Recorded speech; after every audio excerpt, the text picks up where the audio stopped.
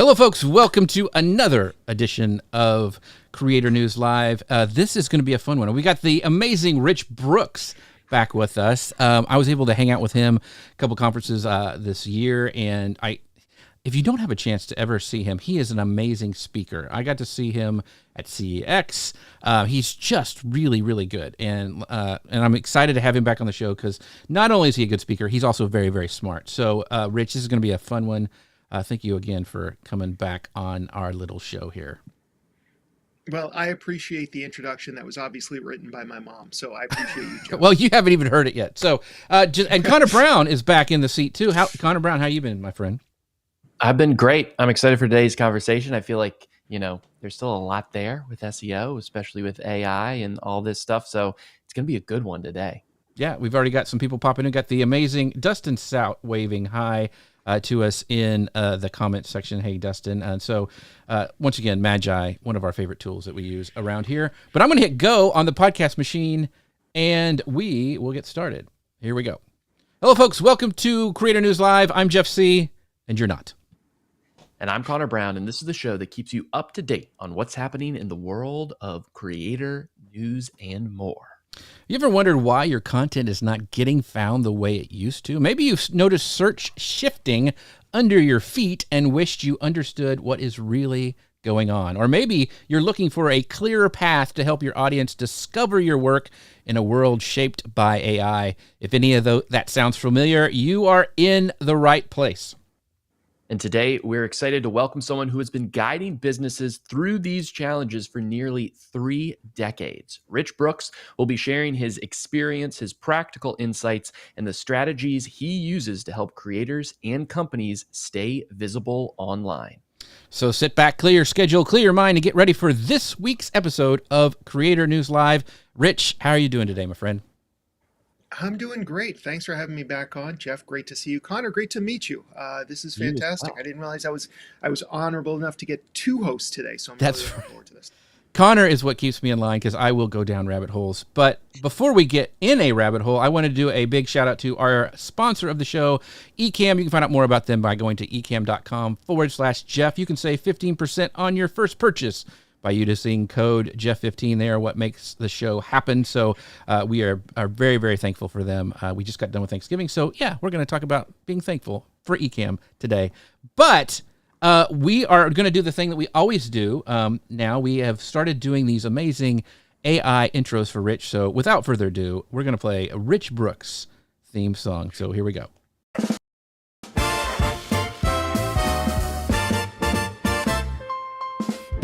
Traffic sinking low and your rankings start to go.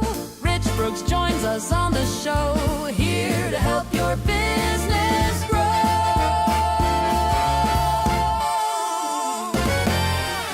There you go, Rich, your very own theme song. Awesome. I love the retro vibe. I love that, I often think that AI doesn't get my face right, but that was actually pretty good. You nailed my dimples, so kudos to you. So it just keeps getting better and better. Like, it's really funny if you go back and listen to past episodes, just with the music, and even with, we use Midjourney for creating these graphics because I just like the stylized way that it does it. Nano Banana is awesome, but for the stylized stuff, I really like the Midjourney style. But yeah, keeps getting better and better. But we're talking today about AI search. AI is changing everything. Search. Connor and I in Masterminds, we've talked about this over and over because it changes every day. But I want to know, you guys in the audience, wherever you are watching from, feel free to enter your answer in the comments. But where do you search first when you need an answer? Is it Google? Is it ChatGPT? Is it YouTube? Or is it something else? For me, it's Perplexity. That's my kind of go-to one. But I would love to know where you guys search. Just put it down in the comments before wherever you're watching, and we will try to pull that up. But yeah, Connor, where are you going to get your answers? So I feel like for more robust things, when I want a more fulfilling answer, I'll go to Perplexity. If I'm looking for something quick, I use this example all the time. If I'm looking to see if an actor is like still alive, I'm just typing into Google, right? Give me that little AI overview. But something a bit more robust, I want Perplexity so that I can click out and learn more about that. And then for like specific things like people's opinions or like recipes or things like that, I'm actually going to TikTok first and searching in there to see what's going on. Rich, what about you? What's your favorite tool of choice? I don't know that I have a favorite because I think it is very contextual. So I spend sadly 10 hours a day in front of my computer. So very often Google is very simple. And since I'm getting the AI overviews, whether I want them or not, but that often answers those simple questions. And then I can click on things and dig deeper. But I also have 7, 8, 9 tabs right now with AI tools in them. So sometimes I'll ask them.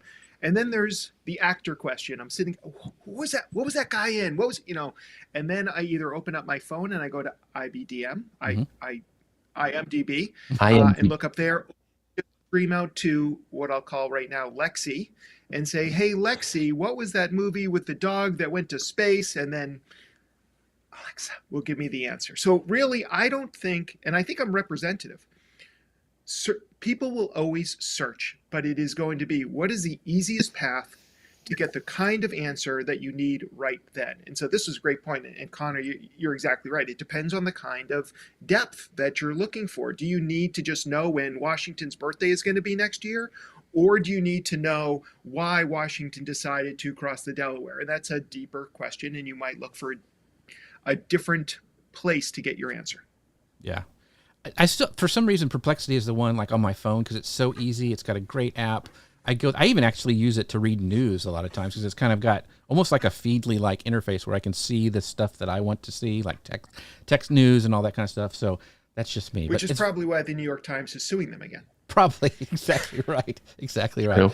Cool. So it is interesting. So side note, I use Venmo. And I always ignore you've just unlocked this super awesome deal. But just yesterday, it gave me a full year of Perplexity Pro.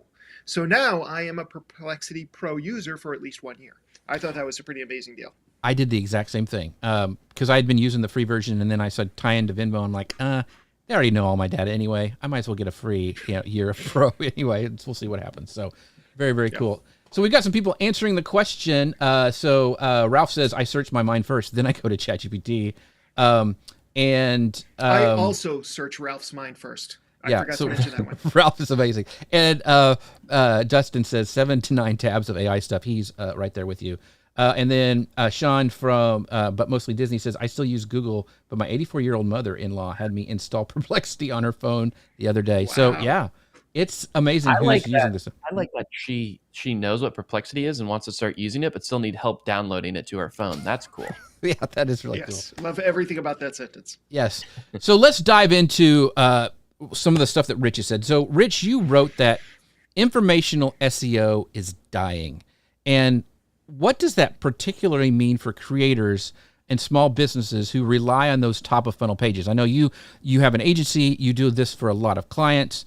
And I know you wrote that in one of your articles on the AI and the future of SEO. So what do we need to do as creators and small businesses if we're getting bumped out of those top funnel pages and the AI, we already mentioned the AI results that are coming in when we ask a question. So what is a company or small business to do? Yeah, so it's a great question because what we're seeing now, and just let's define informational. So when you do searches, we were kind of talking about this already. Some searches might be informational. Like I might want to ask questions about like, what is a table saw? Something very, they're not, the intent there is information. I want to know information versus what is the best table saw? Okay, now I'm saying to Google that my intent is transactional. I want to buy something. That's when we're going to see a lot of these Google ads that appear at the top of the page.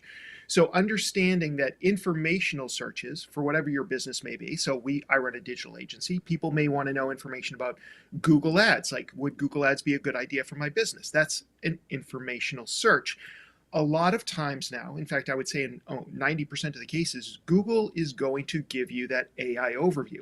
It is going to scrape other creators' content and basically give you that AI summary along with some links that you can click if you want to dig deeper. So that's what's going on right now. And because of that, because we're getting those answers up front, we don't actually need to go and look at those 2 or 3 websites because we've got the answer.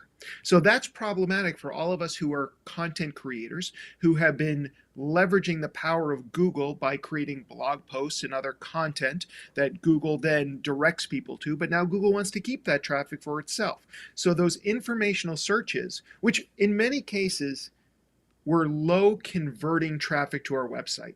So if I sell table saws, just to stick with that idea, if somebody wants to know about, table saws in general, like the history of table saws, I might have an article on my website. They read it. They're not going to buy a table saw necessarily from me. But if somebody's searching for what's the best table saw, or what's the best table saw for a beginner, or what's the best table saw for a job site, well, now that's more of like Google says Rich is ready to buy something. And that's where you start to see more of that answers about the companies. And so to answer your question, we're going to lose a lot of that informational, educational content traffic. So we really need to focus then on more of that transactional and even branded traffic when people are searching for us by name. That's probably going to be the future of search, at least for the near future. Awesome. So we're talking about, optimizing our content and going more towards transitional, transactional content and creating that first so that we can get the sales and things that we want from our businesses. Rich, do you think that in that context, is Google still worth optimizing for, even when some of those pages might, show up in an AI overview, might not lead to a click, might lead to a 0-click search result? Is it still worth optimizing for Google? If you've been always optimizing for Google, then I might argue that you've always been doing it wrong. And I know that that's the goal of search engine optimization, but really the pure goal of search engine optimization is to answer the questions that your clients have, in part to build trust with them. So there will still be traffic and there will be people who will click through, or there'll be people who hate AI overviews and they'll scroll down to find the websites that are actually providing that information. So I think there's value there. I also feel there's value once people get to your website. So, I might decide that as a Google Ads provider, that I would have a service page that explains exactly how we help clients, get into the Google Ads and succeed there. But I also want to have educational information. And it's those blog posts and those resources once people get to my website that also build trust and establish our credibility. And I think that's true for almost any business out there. So I'm not arguing that people should stop creating that informational content. I think it's still critical. I'm just suggesting that you're not going to get as much qualified traffic from it as you did in the past. And if your number one thing is to get sales, you do need to optimize your sales pages, your service pages for Google still, and other search engines, but Google's usually the one that, if you optimize for them, you optimize for everybody. That I think is still important. So maybe, like you were saying, Connor, prioritize optimizing your service pages with your ICPs in mind. What are their pain points? What are their questions? All that sort of information. Get that, those service pages really robust, and then start maybe turning your attention to creating the content that establishes your credibility, that might get links from other sources, because people are more likely to link to a blog post than they are to a service page on your website, which also has search benefits. So I think you still want to do a lot of the same things you did before, but maybe put a little bit more emphasis on optimizing for the bottom of the funnel pages. Got it. So I kind of want to do a little side note here, because Dustin a couple of weeks ago in the comments brought up something, because we all gripe about the AI, summaries and all that stuff, and Dustin made a point like that. All these AI engines are using Google kind of in the back end, like they're going in and they're pulling stuff that's already on Google and serving it up that way. Do you think with like Perplexity, I think it's Comment, AI has their own browser, all these things that are rolling out? Kind of put on your crystal ball. Do you think that Google is still going to be like the king of search and they'll still be scraping that stuff in the future? Or do you think that these AI companies are wanting really to build their own like search engine or AI or answer engine for themselves, and Google will start to kind of maybe fade away? I don't think that Google is going to fade away, because the people who work there are really smart and want to keep their jobs. So, I mean, just the fact that they seem to be, a year ago, Gemini and Bard before, it seemed so basic compared to ChatGPT. And I'm not one of those guys that chases who's the number one in the benchmark. I literally don't care about that. I've posted about how unimportant that is for the average business owner. But Gemini has made such incredible strides and, is beating ChatGPT. I mean, this is why the Code Red came out from Sam Altman, because he realizes that he's been overtaken. So I don't think Google's going to go away, but I believe that more and more of these tools are going to become one. Like you said, the AI browsers are coming out, which, to be honest, I've played around with them, don't feel that different than just talking to the chatbots themselves. Yeah. So browsers, AI, and search engines, they're just basically all doing the same thing, answering questions for us. So I think it will be that they'll start to merge together. But Google has such a head start on search. I don't think they're going to go away anytime soon. Yeah. So, you mentioned before, and kind of to back to your point earlier, you said that the future is fewer visits, but better visits. So, and you mentioned kind of the bottom of the funnel. So how can businesses rethink SEO success metrics when the raw traffic tanks, but intent gets sharper? Connor did a great thing for our mastermind where he kind of took us through the, Google Analytics, Search Engine Console, all that stuff. What do businesses really need to be looking at? Because one, that can be super overwhelming anyway, but what do they really need to drill down into in this age of AI? So I'm coming at it from two angles, because one, I'm an agency owner that loves SEO and I want to talk about how important SEO is, but I'm also a business owner. And at the end of the day, there's a reason they call it the bottom line, right? At the end of the day, I mostly care about, are we healthy in both the revenue and profitability? That's the thing that matters most to me. And that's going to come primarily from those bottom of the funnel. Now, sometimes you get the bottom of the funnel by getting people through the top of the funnel. So it's not that those other phases aren't important, but I do think that we just need to pay more attention to some of those bottom of the funnel searches and those transactional searches and make sure we're taking care of those. As well as continually putting out good, valuable content that's going to lead people to those service pages. And that activity could happen in a YouTube video, it could happen in a podcast, it can happen in social media. But I do think that we need to be really kind of rethinking how we prioritize our SEO activities and maybe start from the bottom and work our way up.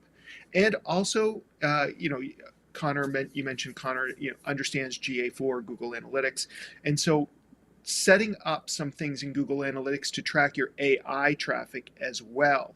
And I just saw something from Andy Crestodina the other day, who I follow very carefully and very closely, talking about how the conversions he's seeing from AI traffic is significantly higher than search traffic. So even though right now it's this infinitesimal percentage compared to search traffic, in some ways it's much more valuable. And if you have a product that's only a few bucks, then that may not matter all that much. But if you have a product that's $10, $50, $100,000, well, then just a couple of good leads from AI can make your year. So, that's something else you want to keep in mind too. And we haven't really gotten to it yet, but it's not just these days about optimizing for search, but it's also optimizing for AI, which really nobody understands. Right. As far as I'm concerned. Right. People have assumptions, and it's a topic we talk about almost every day in the office because this is our lifeblood, but it's just as important. So as we're thinking about what's most important for a business to pay attention to, yes, it's the bottom line, but then working backwards, it's that transactional traffic that can come from both search and AI. I feel like, back in the day, and still so many people use this technique now with SEO, where it's how do we make sure we're SEO is doing the right thing, and it was checking rankings, right? It was seeing where we ranked versus our competition for certain keywords. And then we are almost treating that as sales after that as a lagging indicator, right? A lagging metric based on as long as we're on top, people are clicking. And then from there, it's that funnel that's going through that. With the SERPs changing constantly, hourly, different people are seeing different things all the time. Rich, how can we from the get understand if our SEO is working as we're making these changes to pages in today's AI thing? I feel like it's just so hard now, especially from SEO and showing up in the SERPs. Like, what are the metrics you think are important that kind of lead to the sales eventually? Right. That's a great question, because you're right. When we first started SEO, we literally were told every keyword and how, whether or not somebody came to our website, all this information. Then for privacy reasons, Google started hiding some of that data from us. And now we're in the age of AI where AI tools don't rank websites the way that search engines do. And so I could ask a question like, who's the best HVAC company in Southern Maine? And I could ask it of four different AI tools, and I could get four different answers. Usually they'll give me a few different choices, and some of them are overlaps and stuff like that. I often will then ask, well, how did you come up with this, decision? So I can kind of think about how they're going about it. And often it's web searches and it's directories and things like that. So as far as the metrics piece of it goes, I would say we still want to pay attention to things like search visibility, but we also want to take a look at our Google Analytics and track where our traffic that's converting is coming from. And these are things you can set up in Google Analytics for goals. So you can see when people fill it. For me, e-com, it's always a lot easier, right? But for lead gen sites, which I think are the majority of websites out there, for lead gen sites like ours, where my goal is to get somebody to fill out a contact form to ask for a meeting with me, I can then look in my Google Analytics and see, where did this traffic come from? Did it come from social? Probably not. Did it come from search, organic search? Did it come from paid search? Did it come from a local search? All this information, did it come from AI? And as I start to see that, what analytics can't tell me is, did that traffic actually convert? Yes, I got somebody saying, I'd like to talk to you, but quite honestly, I get so many spam requests through our contact form. I don't even know if that's a important metric anymore. So on the back end, and I say this like I do this, and I don't, to be honest, but what I should be doing, and maybe in 2026, is really taking note of what jobs close and then trying to track them back to, how did somebody find me? And that might give me a better sense, because I think when Andy's talking about AI converts at a higher level, what he's saying, and I haven't asked him this, is a higher percentage of people fill out the contact form. But filling out a contact form and signing a contract for a $10, $50, $100,000 website and SEO and digital marketing package are very different. And you may get a lot of people who fill out the contact form and then they're like, yes, I need a $500 website. Well, then go to Wix, because I can't help you at this point, kind of a thing. So I think you have to really start to spend more time after the conversion, the website conversion, and start to draw lines to see where your best traffic is actually coming from. And that's extra work, and people need to be able to do that. And I think for so long too, people were optimizing for those long tail keywords, right? For those queries where it was a specific person asking that question, but you could create content for that your product or service or whatever solved their issue too, right? That wasn't necessarily around your brand. It was just capitalizing on somebody that had a question and you're answering it right then and there. But you've talked, Rich, a lot about branded search, right? People actually seeking you out because you're an expert in XYZ and your product or service can help them with their problem. How does a small business actually build enough authority, enough EEAT, right? Where people are going to search for them by name versus just typing in a long tail keyword and stumbling upon them? Such a great question. And so I was just at the Maine Public Relations Council for their annual event, and I had the opportunity to speak for 5 minutes. And I said, I think you guys might have the most job security in the nation right now, because the two things that I am telling people to focus on right now in this age of AI, and how do you get cited by AI? How do you get recommended by AI? Are things that we haven't really talked about as much in the past decade or so, at least us personally. One is PR, because when I talk to the chatbots and I say, how did you come up with this? What did it look like? This sort of things. They look at the website and they look at outside sources, third-party reliable sources.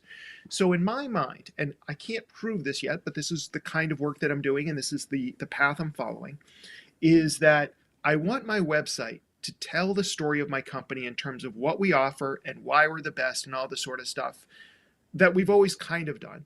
But I'm also putting even more import on external citations. And it's great if they link to me, but even if they don't.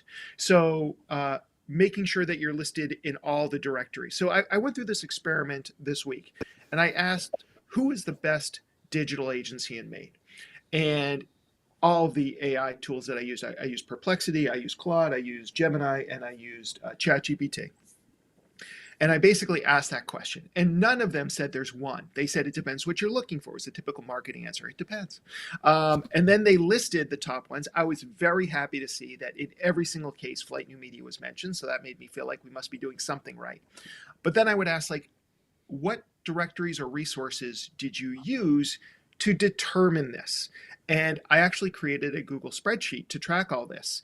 And I found that in my industry, probably the number one cited source was a company called Clutch or Clutch.co. Design Rush was another one. SEM Rush has theirs as well. I am a business owner. If I were a business owner of my own company, I would then make sure that I'm listed and optimized in all of these resources that it's going to, and that I'm saying the same thing consistently.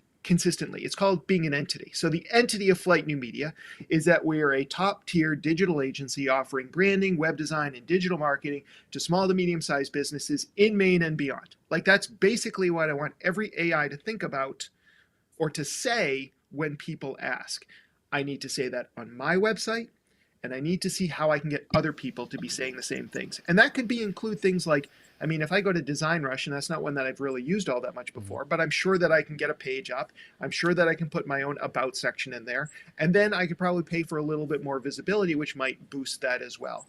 That's the work that you can do, but that's also great use of, if you have a public relations firm that you work with, like, they can help you with those citations, get you into local news, get you into national news, get you into industry magazines, if that's not something that you're good at yourself. And the other thing that I think everybody should be thinking about is their brand. Because like you were saying, or we're talking about, we want it, branded searches lead to more business. People know about us, but and it seems like, well, okay, but we've already got the business. But no, the bottom line is you want to constantly be building your brand. Invest in your brand, your logo, show up and be consistent in that brand every single day. Get your team to show up consistently in that brand and just reinforce that so that whenever there's a question, AI knows that Flyte New Media is a top-tier brand, a top-tier digital agency offering X, Y, and Z in this location, or whatever it is for your brand. That's where I think people's focus should be in 2026.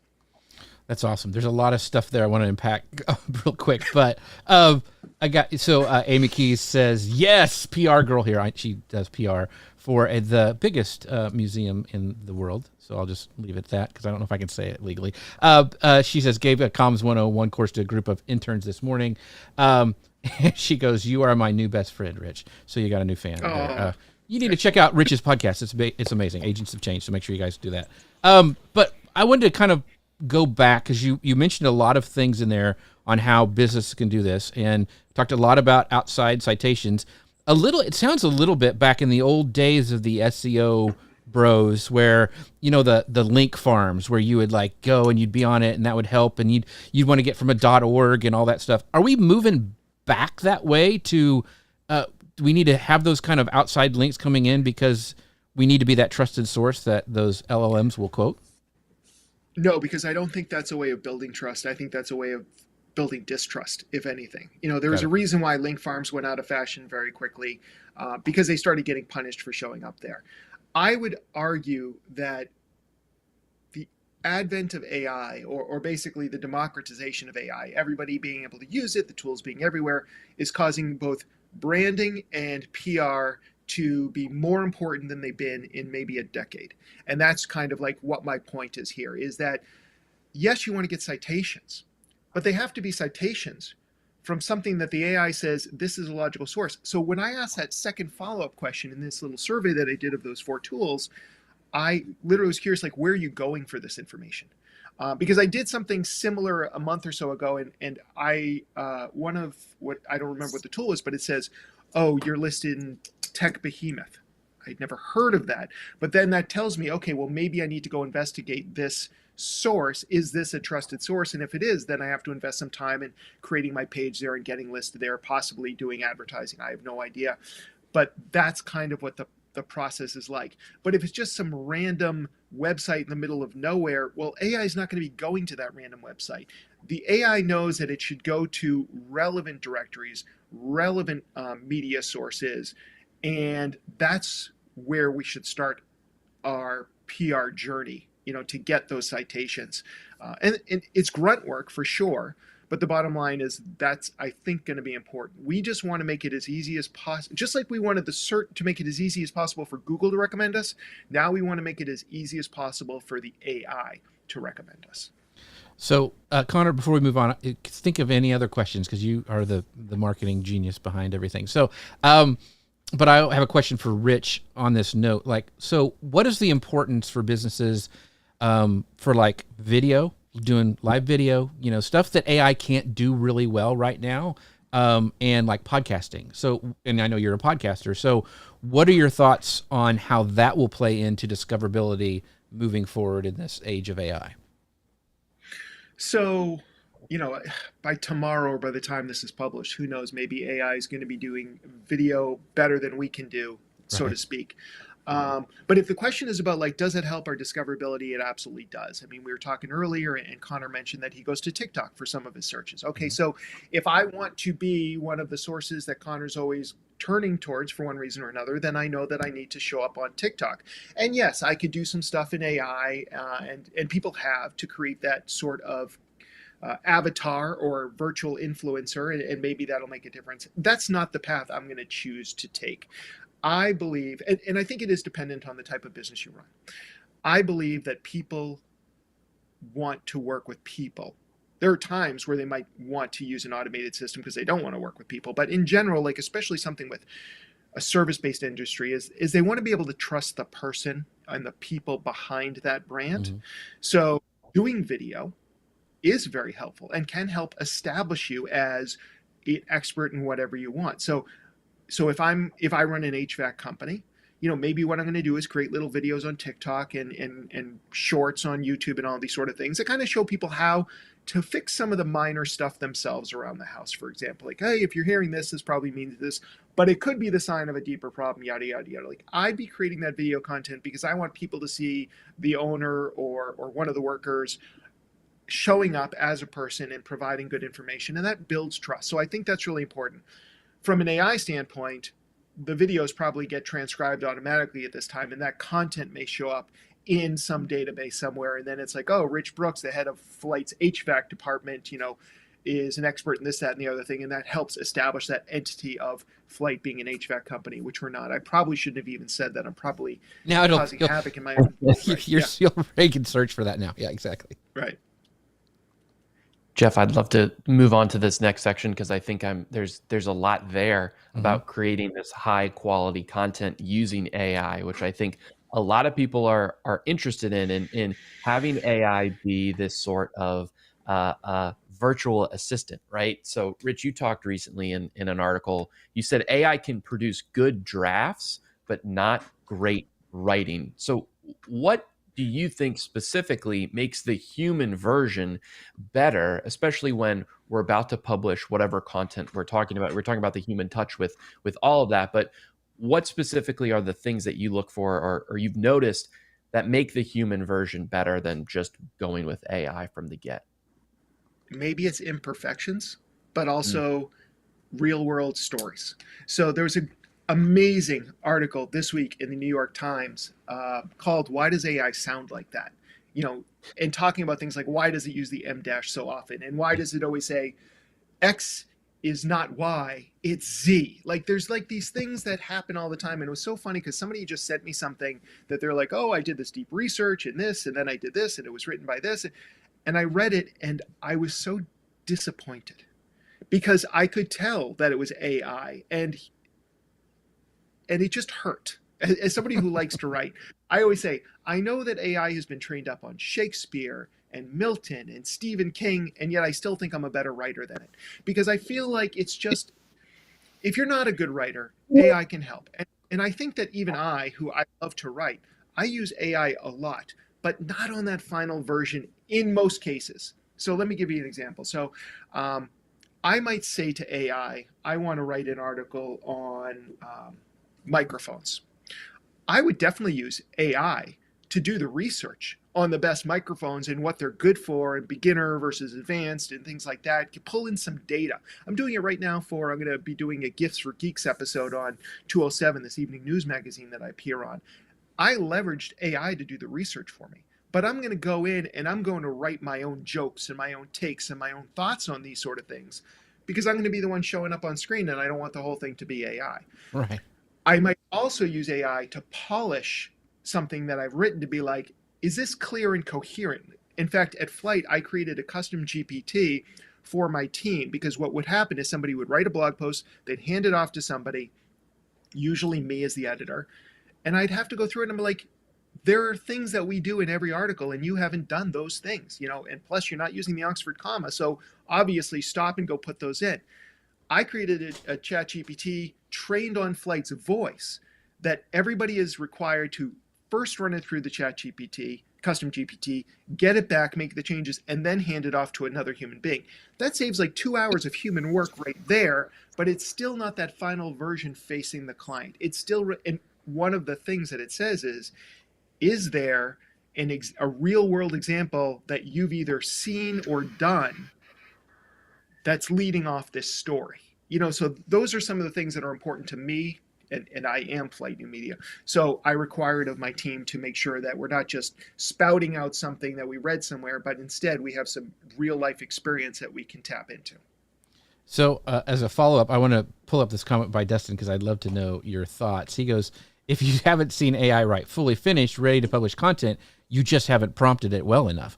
But you ran an experiment where you tested fully written AI posts, and then you got some of the worst performance ever, right? So Yes. I want to talk. Take these two things one at a time. Yeah. Right. I want to respond to Dustin because I remember, and I said the same thing. It's like if you're getting generic copy out of your AI, it's because you haven't prompted it properly or you haven't trained it in your voice. I don't believe that's true anymore. I believe it. And honestly, Dustin, I want you to go, and I love Dustin, and he's been on my podcast before. Go read that article in the New York Times on why AI sounds like that. It's a long read, but it's brilliant. And I think it really gets to the heart of the fact that AI is just basically doing remix of human writing. And it can be good, but it tends to fall into the same rhythms and traps, regardless of what we train it in, because I've seen some of that, and Dustin, you and I can argue and fight offline, but I don't believe that's where, I don't think that AI, at least right now, is capable of writing the way that humans should be writing. Now, I do think that some people, the majority of people, are crap writers. And so using AI is going to help improve sentence structure. And, one of the things in the article, and I've always felt this, the rule of threes is so critical in writing. So when I say something, I will go out of my way to find a third example of whatever it is. So it's like A, B, and C. Like I do that all the time. AI can't help but doing that. So does that mean that it's bad? Well, no, it's just that it's always in that same rhythm. It's always in that same rut. What makes good poetry is not following the iambic pentameter. It's knowing when to break the iambic pentameter. And I don't think AI is yet good enough at that. I'm sure there's an algorithm that would get it to break it occasionally, but it wouldn't know intrinsically or artistically when to do that. And I'm sure that a lot of people are going, whatever, I just need to write an email.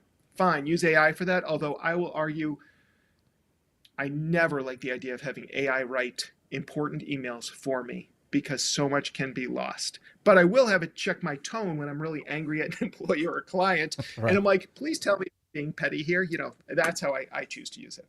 Well, you mentioned the second part of the question there as well. Yeah. So one of the things I use it for, like you mentioned those threes, like when I'm writing an email and I'm needing that third example, I'll ask AI to help me find it or send, and then I'll pull it in, but I won't take what it gives me, I guess is what I'm saying. Like it's a great research assistant. Like I can't think of another way to say this thing. Can you help me with that? And it gives me a bunch of results and then I can kind of massage it to where I want. Is that kind of what you are saying to use it for in the best? You could use it for that for sure. If you didn't have a third thing and you just want something quickly, yeah, perfect example where you're getting basically the ingredients from AI, but you're making it yourself. So for example, I have it write in my voice for every podcast that I do, a blog post that goes up on the website and also is repurposed as a LinkedIn newsletter that I basically have AI write. I've trained it on my voice. I give it examples, all these sorts of things. And I've spent a lot of time on this. But invariably, it starts it gives every title would be is why you're not showing up right on a podcast and how to fix it. why does every single title from AI have to end in how to fix it? Like, I'm not telling it that. I'm telling it not to do it, as a matter of fact, but it still falls into these same boring traps. So I think as humans, we are imperfect. We should revel in that imperfection. But I love using ChatGPT and other AI tools to help me with my research, to find content gaps for SEO, to look at the top results in a search result and tell me what are the commonalities. Why does Google want to list it? Is it looking for this type of content? All these sorts of things that helps inform me. It'd be the same thing if I had an intern or an assistant. I'd ask him or her to go out and do some research for me, bring that back, but it's still going to be my creation. And I might hand it off to an editor, in this case AI. Where am I falling short? What points am I not backing up with hard evidence? Like, those are great uses of AI. But to tell AI to write your content for you, I think is a mistake, even though I'll occasionally do it. I do write that blog post, but I treat that as a draft and I go through and I clean it up myself. Usually I have to take the word actually out of it because it uses it 7 times and I'd like to use it only 1 time in an article. That's literally one of the things that happens all the time. And other things like that, so it sounds more like me.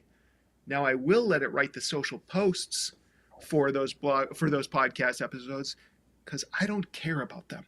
I only do them because I've been told I have to do them. I don't believe anybody's reading them. I don't get any engagement, not just because of AI, but I haven't gotten engagement on those kind of posts for years. But you have to do it. So I don't care if AI does a mediocre job there because it's not mission critical. Well, we're going to have both you and Dustin on the show because the gloves are off in the comments. So you're going to have to go back and follow this up. Can't wait to look at them. Yeah, it's really interesting because, I mean, and Dustin has done a lot of research on this as well. So it'd be fun to have you. Dustin is, I will say, much smarter than I am. Well, I am everybody. Opinionated. Yeah. So, yeah, exactly. I'm opinionated. I have strong feelings. I trust my gut. And again, what I see is problematic in AI writing, other people may not. Yeah. Connor, do you have a follow-up? Just break free of the iambic pentameter, unless you're writing a sonnet. Shout out Shakespeare, shout out Keats. Just wanted to get that out there. There you go. But I think the thing that I struggle with when having AI write something is like what Dustin was just saying right now. Add in this thing important, never use the word actually more than once, right? All of a sudden, we have a million different types of things we don't want AI to do that we're adding to the rules. Don't use an M dash. Don't use this. Don't, use the word actually more than. So now we're just basically saying things that it shouldn't do, and we're always adding to it repeatedly. Rich, you talked about running these articles through your brand voice, almost your brand voice GPT, to kind of give it that polish and put it in that voice so it's consistent. But how do you prevent AI from flattening your brand voice, right? Yeah. From going rogue, from exaggerating your quirks and metaphors and things like that? How do you get it so specific where it is your brand voice when you're running it through something like that? Well, that might actually be a better question for Dustin, but I will say, so we're actually creating what we're calling brand GPTs for a lot of our clients so that they can do them, so they can use them and we can use them together so that we're creating consistent content. I think it's more like guardrails. So a typical brand GPT at a minimum would have the brand voice, which you develop separately by looking at your brand, and then you can run it through AI and have it summarized, tweak it a little bit, and then you have basically the guidelines. You have a summary. And I also think you should still use examples even after you've created the summary of your brand voice. That's one knowledge doc. And the other knowledge doc is your ICPs, your ideal client personas. Maybe you have 1, maybe you have 3, maybe you have 5, whatever the number is. Whenever I'm creating content, I would recommend using AI to run it through a brand voice just at the end to make sure that, like, if the brand voice always uses iambic pentameter or always uses the Oxford comma or only uses the word actually once, whatever it is, that you're following those rules. And then the other thing is you want to make sure that you're writing always for your ICP. For us, 2 of our core ICPs are a business owner and head of marketing in the company. So I'm writing to answer questions that those 2 people have. So all of my content should be written to solve the problems of those people or answer their questions, and also in my brand voice. So AI using a brand GPT like that, that's very helpful.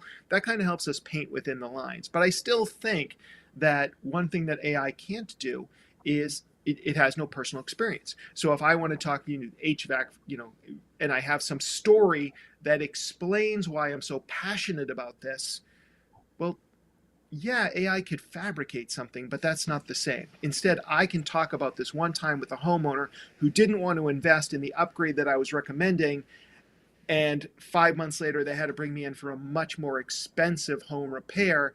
Well, that actually means something. So I think it's kind of like that. You can use these GPTs to make sure you're in alignment with what you want to accomplish, but ultimately there's got to be the human involved there. So I want to go back to something you said earlier about you mentioned using AI to build frameworks, find gaps, and suggest some new angles. So is there a best prompt that you have or an approach that you found for uncovering those ideas that you may have never thought of? I probably somewhere in my prompt library I have the exact prompt, but basically to find, and this is something that you could use a tool like, now I'm going to forget the name of it, so I'll just go with the prompt. So you might just say to one of these tools, go and look at the top 10 results for this particular search and find all the commonalities, and then find all the things that they're not talking about. And I believe AI can do a very good job of that. Here are the things that are always covered, and here are 3 things or 5 things that they're not talking about that you should talk about because your ICPs have these pain points. So I think that's a great exercise to go through. And then that tells me, okay, these are 3 things that, the other sites don't talk about price, or they don't talk about the lifetime value of copper over plastic, or whatever it may be. Then I know that I should be adding these things in. Human beings are terrible at seeing things that they don't see. I know that sounds obvious, but AI, because it has such a great knowledge base, can often see things that we can't. So identifying things we're not seeing, that's a great use case for AI. That's great. Yeah, because I think getting blinded, even in our circle of even in a mastermind or something like that, a lot of times we're so focused on one thing, we need to kind of look outside. And I think that's a great point that AI can help you do that. Another thing that I wanted to talk about really quick is our amazing sponsors over at Ecamm. They can find out more about them by going ecamm.com/chef. They're doing some amazing things. They're actually having a UK event. So you can go to tubefest.co.uk/creator-camp. Thank you, Ecamm, for the amazing, easy to say URL.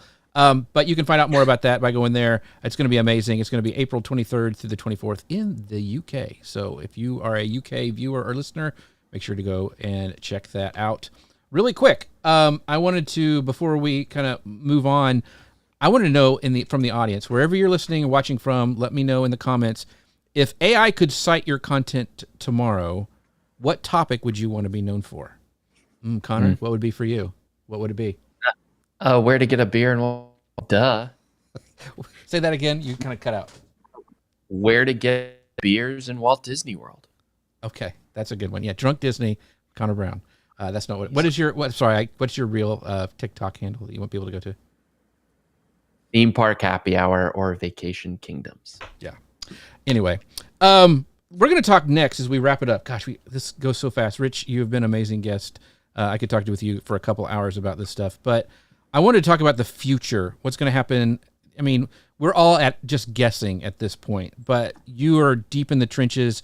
You do this for clients. So, Brian Piper was on a couple weeks ago, and he talked about answer engine optimization being kind of that next evolution of SEO. We've kind of talked about that. Where do you think that AEO aligns or conflicts with how agencies like yours work today? Like, are there changes that you're starting to implement in your, leading your team because you see what's coming on the horizon? It's a great question. Things are changing so rapidly. And in my opinion, there's so little data now to make informed decisions that I would say this is the period of best practices. And as we get more data, we can then make better decisions. But some of the things that and these are things we've done in the past, but we're maybe raising the importance. I mentioned PR, outside citations. We don't offer PR, but we definitely will direct people to PR firms, or we'll talk to people about how they should go out and get more citations. Another thing is improving your brand, and really living your brand is another thing.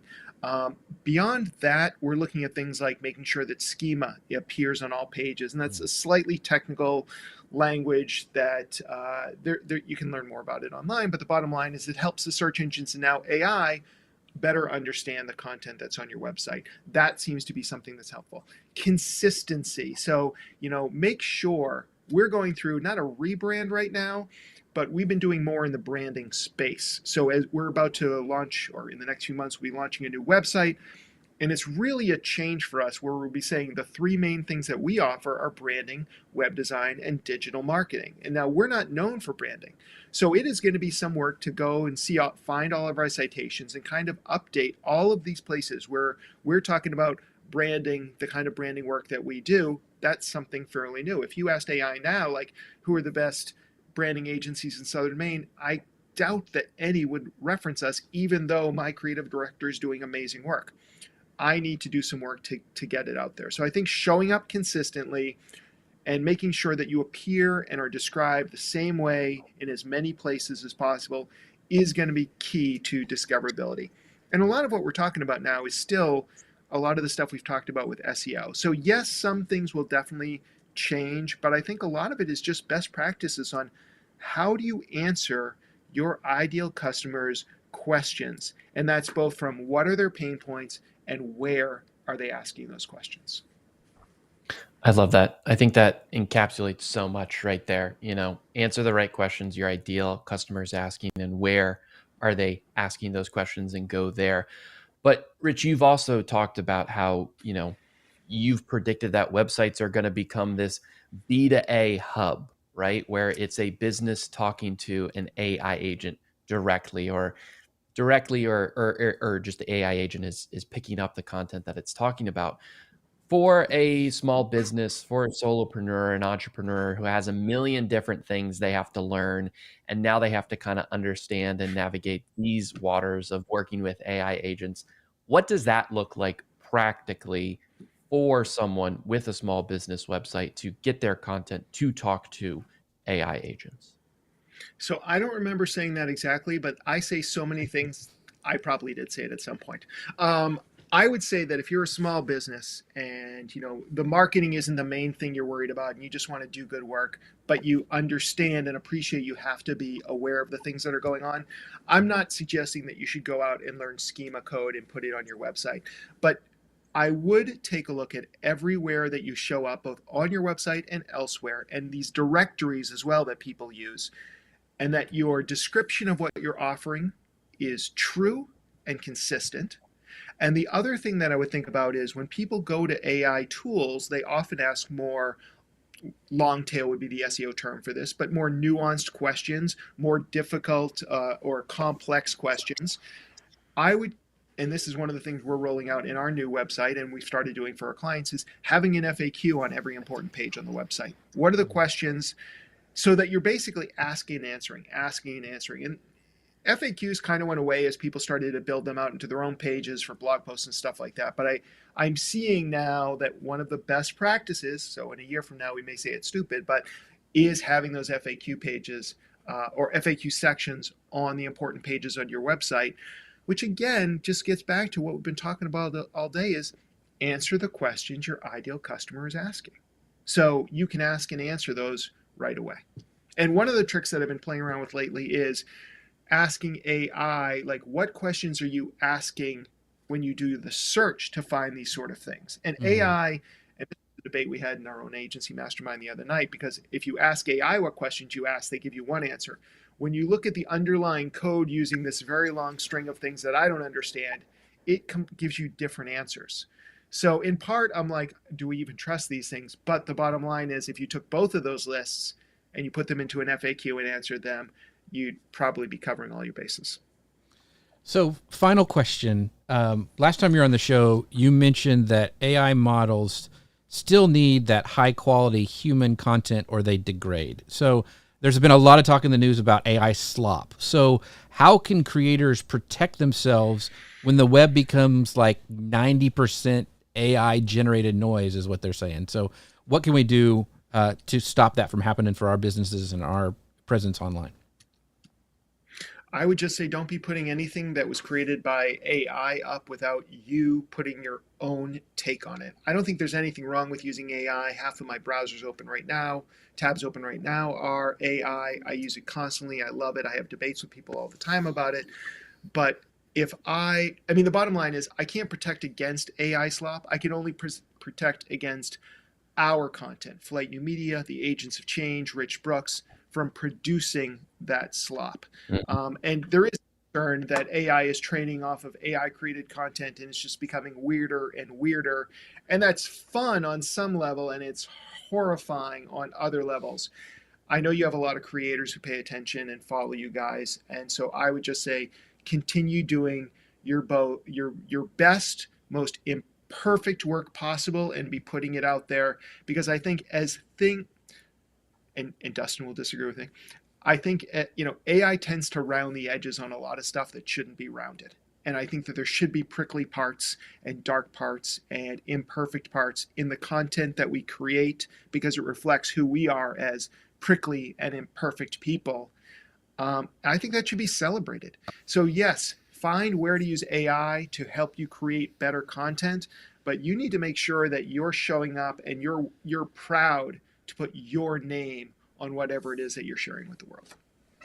And I'm all for prickly because I am prickly. Connor's a little dark, but yeah, so that's a great way to end the show. But we do have some great, I want to pull up some comments when we asked the question, like what do people want to be known for if they could come up and search. And Amy's like brand strategist and communications experts for museums.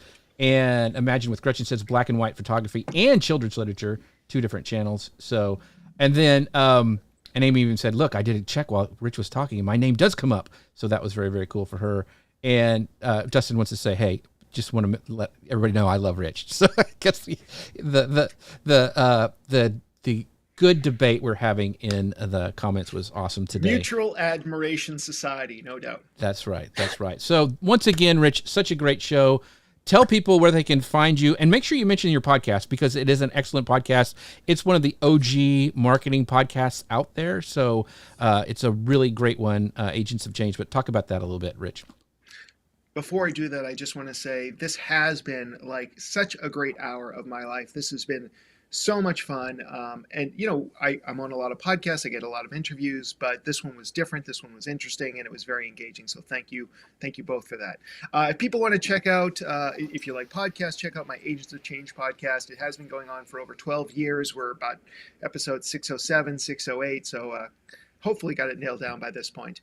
And if you are interested in help with your AI or branding or web design or digital marketing, I'd love to chat with you. You can find me at Flyte New Media. That's Take Flyte, FLYTE.com. Or find me on LinkedIn I am the Rich Brooks on LinkedIn and every other platform. Awesome. This has been an amazing show. But Connor Brown, where can people find the unsinkable Connor Brown? Unsinkable Connor Brown, you can head to vacationkingdoms.com and you can follow me across the social medias at Vacation Kingdoms. It has been an awesome, awesome episode and people have been loving it in the chat. Thank you so much, Rich. This has been great. Thank you guys for watching the show. We wouldn't be able to do the show without you. Thank you for Amy Keys, Dustin, of course. Ralph was here earlier. All the people who watched and left comments. We appreciate you more than you know. And thanks to the sponsors, Ecamm. Find out more about them at ecamm.com/Jeff. And by the way, I would love for you guys to sign up for my newsletter and find out all about these great shows and the great guests we have. If you go to jeffc.com/news, be a part of our email community. I'd appreciate that. And with that, we'll see you guys next time. Bye, everybody. Have a great weekend.